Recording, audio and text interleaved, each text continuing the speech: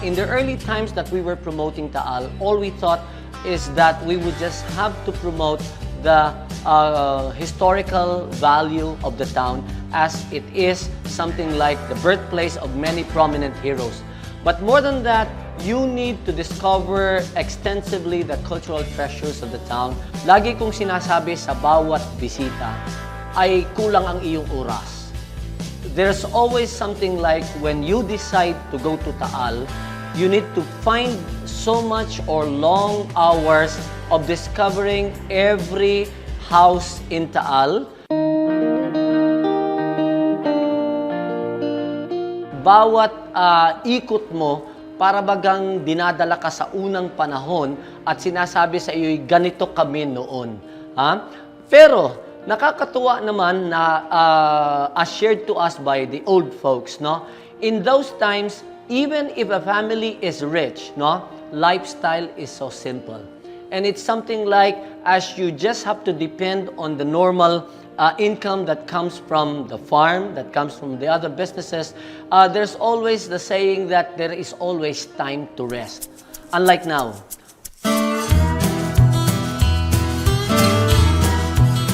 Hospitality is inherent in every Taaleño, but more than anything else is, as you visit Taal, no, you are actually being given some kind of heritage reawakening process, no?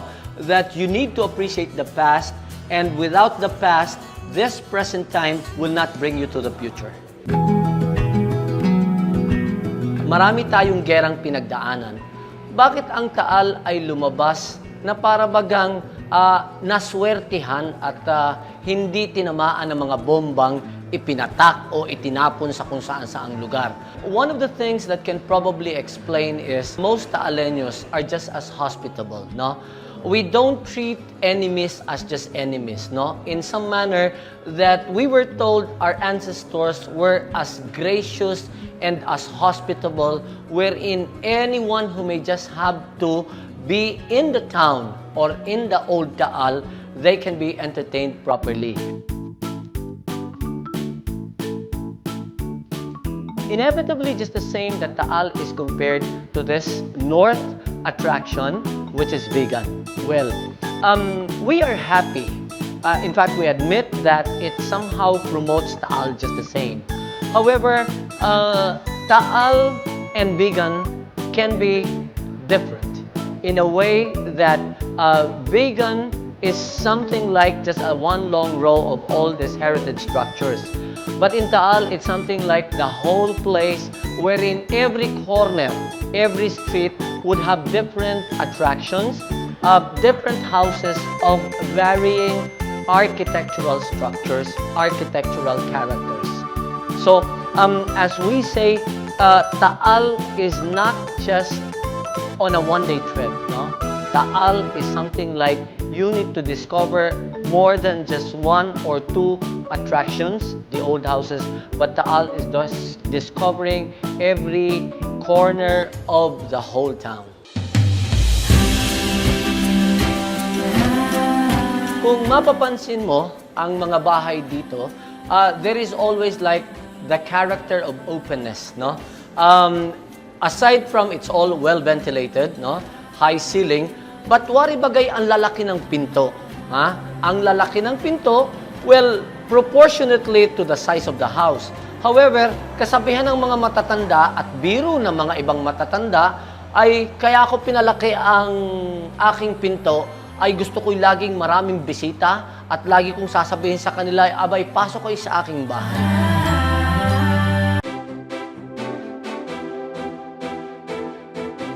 Ako si Isaganero ng Bulacan Saling Lahi Incorporated. Ang aking panata ay ipagpapatuloy ko ang laban ng sambayanang Pilipino para sa isang tunay na kalayaan.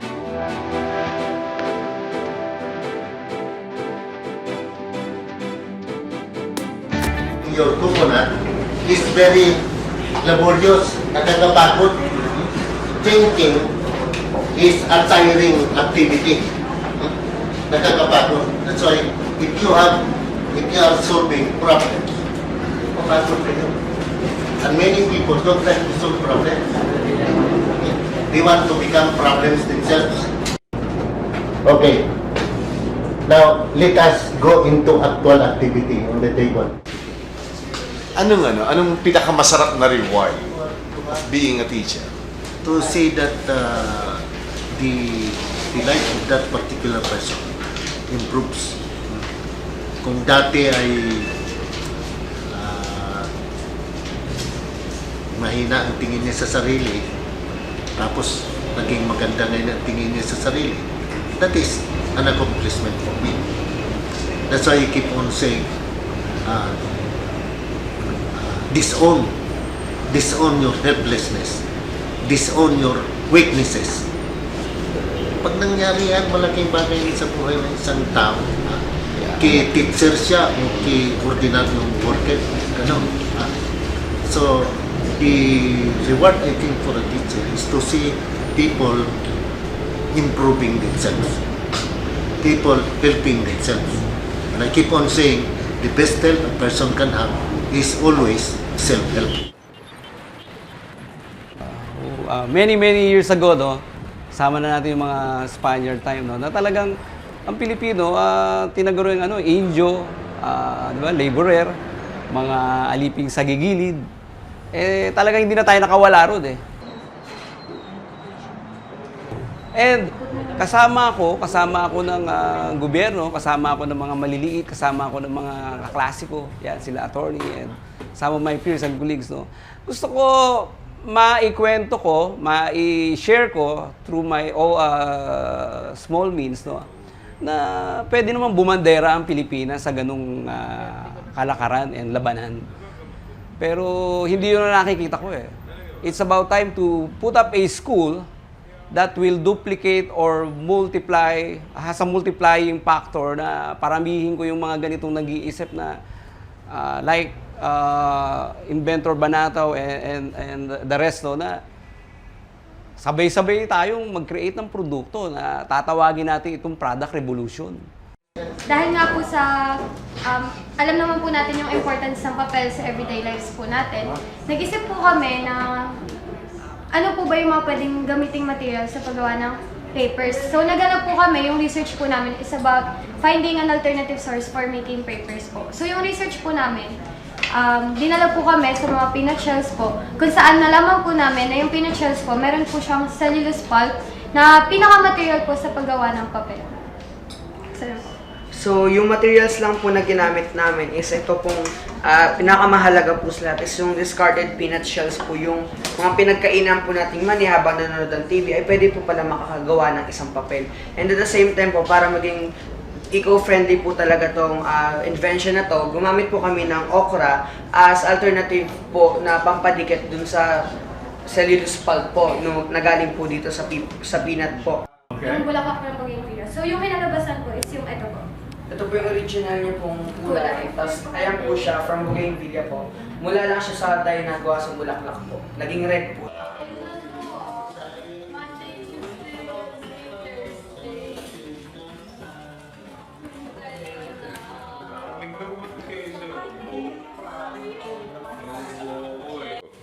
Ang laman po nito ay mga plastic bottles. Imbis na pagkatapos inumin ay tinatapon na lamang agad, ito, pwede pa itong pakinabangan. Dahil ang foam pwede mag-degrade over time. Ang plastic bottles, matagal itong ma-degrade at pwede itong gamitin bilang isang life-saving device katulad ng isang vest.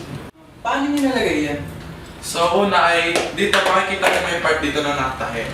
So, binuksan po namin ito, tapos tinanggal namin yung tahe, tinanggal namin yung nasabi kanina na styrofoam, at after nun, tinanggal namin lahat ng mga parts na kung saan yung may mga styrofoam.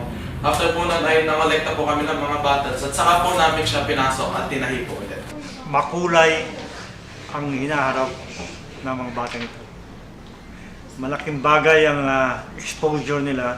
Kung sino man ang nag-kumbinsi sa kanila upang maging inventor, dapat parangalan niyo yung mga tao na yan. Kung ganyan ang katatayuan ng mga bata, ma-pick yung inventive instinct nila, makikita mo marami pang gagawin yan na mamamangha ka. Si Conti Inyo. What's the word? Malapit na sa'yo.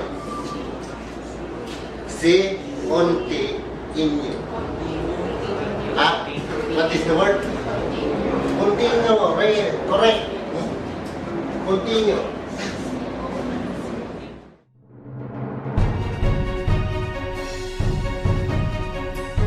Ako, si John Ray Ramos, isang guro at manunulat sa kasaysayan. Namamanata ako na aampunin ng bayan, pahalagahan ang kanyang kalayaan at mag-aambag sa kanyang kaginhawaan.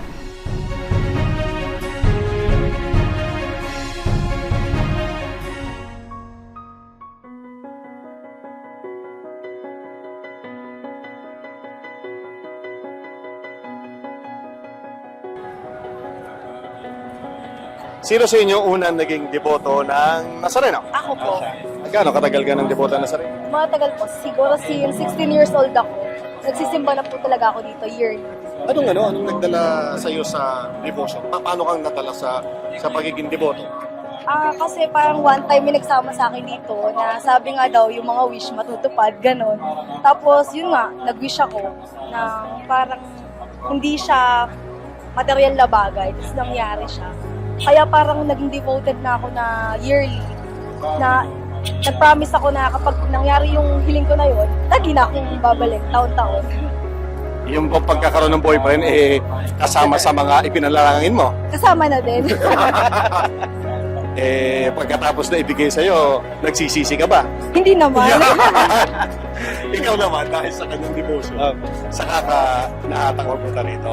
Ano ang natutunan mo sa relationship nyo, kasama sa relationship sa Poong Nazareno? Anong special sa relationship? Iba pagka, halimbawa sa bawat relasyon mo. Si God muna yung talagang pinaka-center ng relasyon mo. Iba yung blessings na matatanggap mo talaga. Iba yung, paano ko ba sasabihin? Wala talagang imposible. Parang ganon. Ilan taon na kayong mag-girlfriend, mag-boyfriend? Nagtitrip pa lang. Magti-3, di ba? Pero iba yung blessing talaga na binibigay sa amin ni God. Sa aming family, sa business namin, ganon.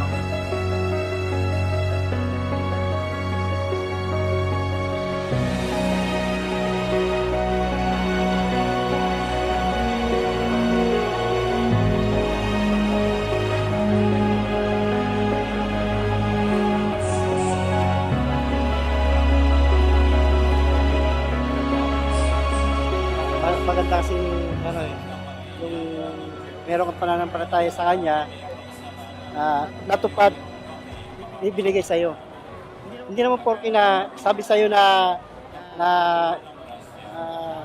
may bibigay sa'yo ibang bagay, ikaw rin pala ang gagawa. Ikaw rin gagawa, hindi siya mismo. Hindi mo iaasa lang sa kanya. Opo. Hindi mo sa kanya iaasa, kundi ikaw rin ang siya pala ay tiga gabay sa'yo. Ikaw pa rin ang gagawa. Ikaw pa rin gagawa. May panata ako sa kanya eh. Yung panata niya, kailangan to pa rin yun. Yun ang binibigyan tayo ng lakas ng loob para sa kanya.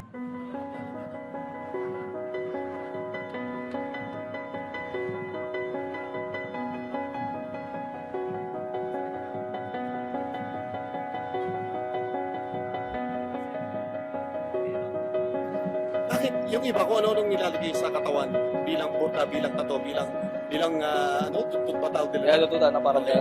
Bakit ito pinili? Siguro isang sa pagpapahayag, pero mas masarap pa rin sa mismong ina-actual mo at hindi puro salita lang. Inagampalan mo sa totoong pang-araw-araw na pamumuhay mo. Hindi, kasi pagka nakatatak sa palat mo, nakapaon sa palat mo, obligasyon no? Obligasyon, sa iba, diskriminasyon. Inuusgahan ka lang nila at sabi nila, ay salbahe, type na to, parang gano'n.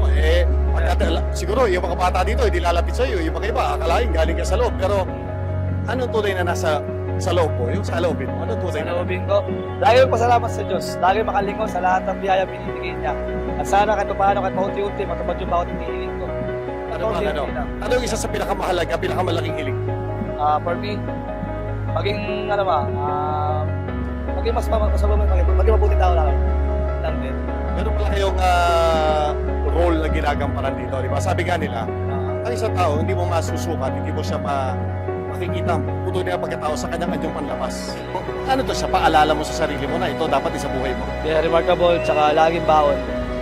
Makalingon sa lahat. Sa mga araw-araw. Siyempre, pagkatapos sa piyesta ng Quiapo, normal na tao ka na lang, created na lang. Anong igaganap mo sa buhay? Maging sangalo, maging salbahe. Balanse lang. Once a week, makapagsimba, not bad, di ba? Makalingon lang. Pinaka-the best yun. Dati, bata ako, dinadala ako rito yung tatay ko. Sampa-sampa niya ako rito sa balikat niya. Gusto kong lumapit noon, hindi po pwede dahil bata pa nga. Hanggang sa tumigas na tayo, nakakalapit na ngayon, nakakasampa, nakakahila. Ano ang natatanggap mo o nadarama mo sa kada nakakalapit ka, fiesta yan ng Enero 9 o sa Biyernes Santo, pag nakukumpleto mo yung sasabi na papanata, anong nadadama mo? Maginawa, walang pagod, wala akong nararamdaman pagod pagka nasa translasyon kami. Tapos, yung mga hinihiling ko sa kanya binibigay naman ng Nazareno Hindi kami pinababayaan kahit na medyo hirap sa buhay. Hindi kami yung kumakain kami ng 3 beses sa isang araw. Nakakaraos kami na maayos. Yun, di ba? Sapat na nga yun. Yung iba naghahanap ng mga milagro na minsan nakakalula, no? Pero para sa iyo, yung may makain ka, magigising ka. Mahalaga yun. Mahalaga yun sa amin. Gawa na tatay ko, na-stroke. Hanggang ngayon, buhay siya, lumalaban. Saka maganda kung yung tatay mo nagdadala sa iyo dito, sa kada punta mo dito, sinong bitbit mo? Si tatay. Baliktad na, di ba? Yun siya na yung inaalalayan namin. Yung galing.